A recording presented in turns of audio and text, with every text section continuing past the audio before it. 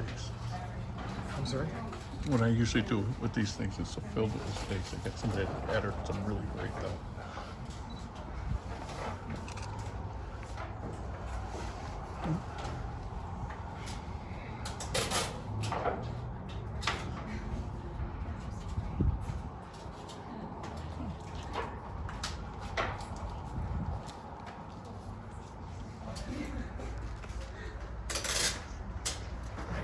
How you doing, Bob?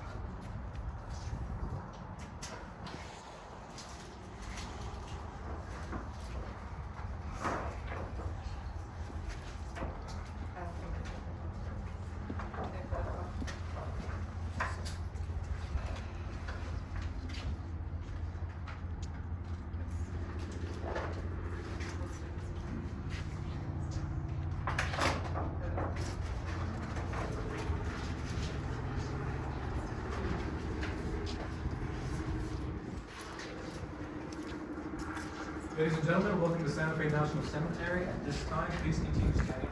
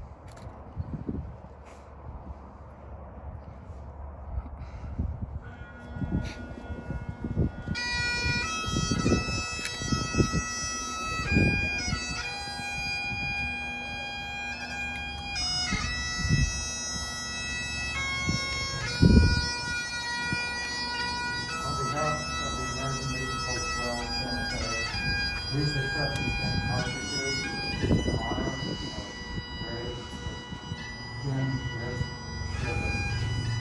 Very sorry for your loss.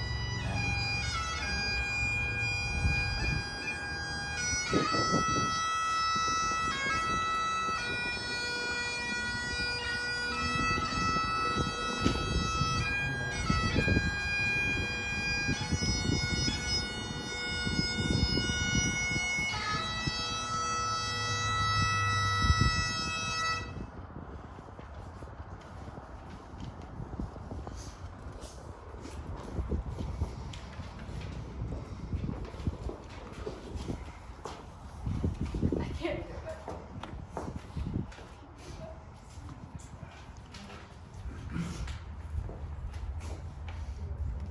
Yes.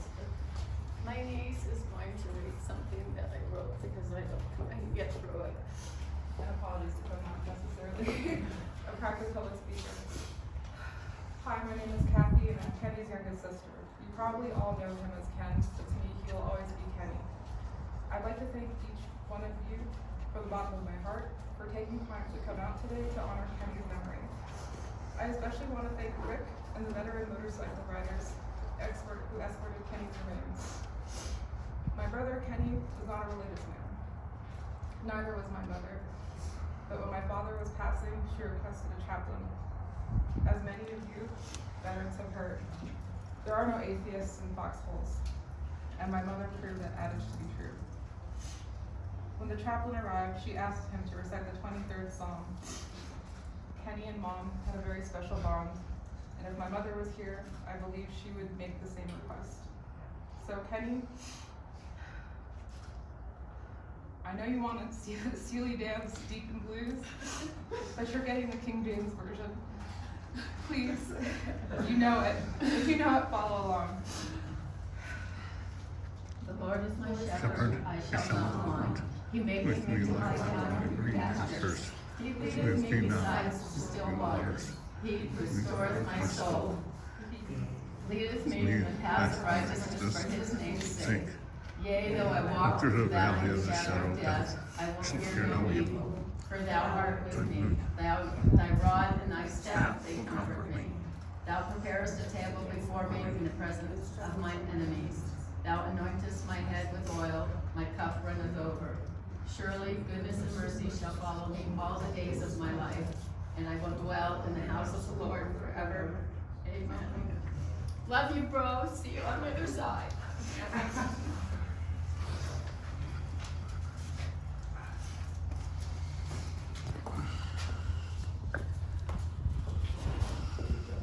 You read that.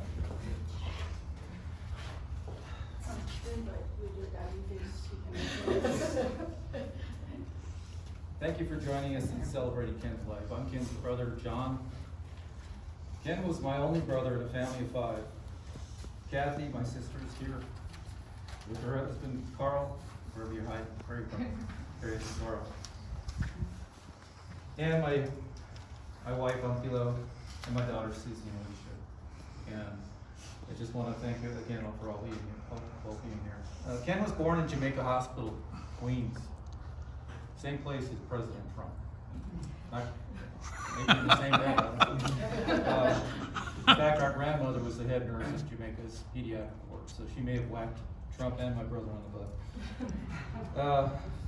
Son of an Air Force pilot, Ken traveled by ship with our mother, Marie, and oldest sister, Karen, to post-war Japan in 1948, until evacuation back to the States when my father deployed to the Korean War. And he lived in France, and again in 1960s Japan, where he attended Sochi University. Ken loved motorcycles, starting with his first, a French moped that he used to deliver papers with. He'd wake me up in the morning and drag me along to go after the papers he missed on the throw, or if there was an upstairs, I'd go upstairs for him. He was also a cross-country runner in high school, and I believe he broke a state record. I couldn't find that, but I believe he did. He was known for stopping A&W root beer on his workouts. So as you see, Ken didn't look like he could run at this point in his life, but he certainly was healthy back then. He was also a lifeguard, judo, wise ass. Ken's two great passions, among others, were photography and caring for animals. He never met a stray he didn't want to take in. And he loved everything about planes, and he knew everything. And he could pick maybe from World War II type of thing, and he could pick out silhouettes. I took him to the Pacific Aviation Museum. We went into the hangar where all the scrap planes were. You couldn't even identify them, and he was picking them right out, telling me everything about every one of them. He worked for a veterinary clinic in high school and once brought home an entire litter of, I believe it was beagle puppies to care for in our basement bedroom he and I shared. Again, Ken was a practical joker and I was his subject. He once spent several nights sitting me up in bed at the same time every night to prove that I would eventually do it on my own. He did. I did. And he once exchanged dog food for my big sister Karen's favorite grape nut cereal. That was a pretty crazy time in the house at that day. But we grew up in a tough military household and Ken got the worst of it.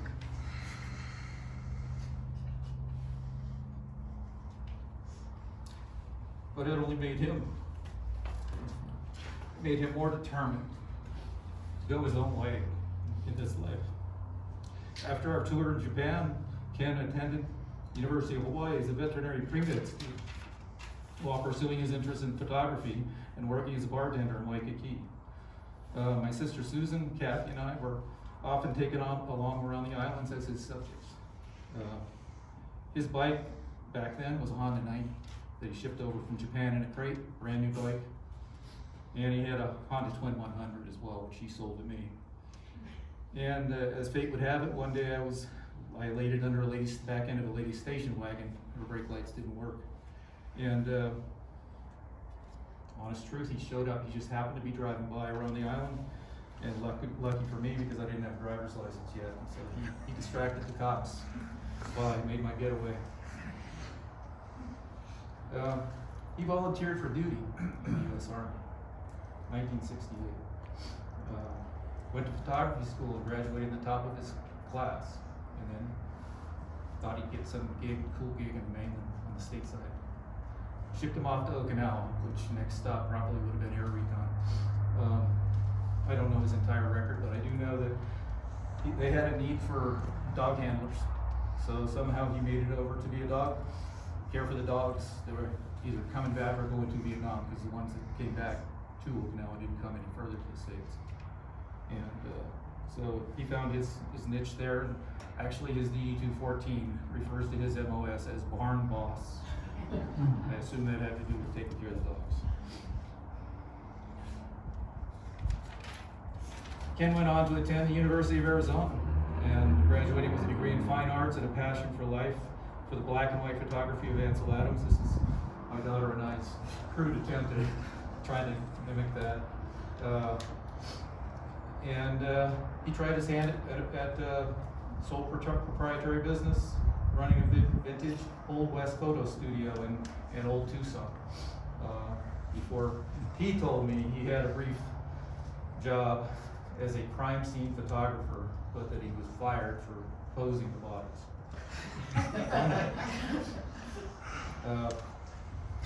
One evening I got a call from Ken, and he told me he'd been hired as a cinematographer for McDonnell Douglas. And but he had to know optics and electronics. He had to maintain his own equipment. And he said, I know optics, but I don't know electronics. My background is electronics. So over the weekend, he wanted me to provide him with a crash course in electronics so that he could somehow keep the job that he let himself into. It worked. He managed to stick around there for 30 years and managed to do both McDonnell Douglas and Boeing. He loved the desert.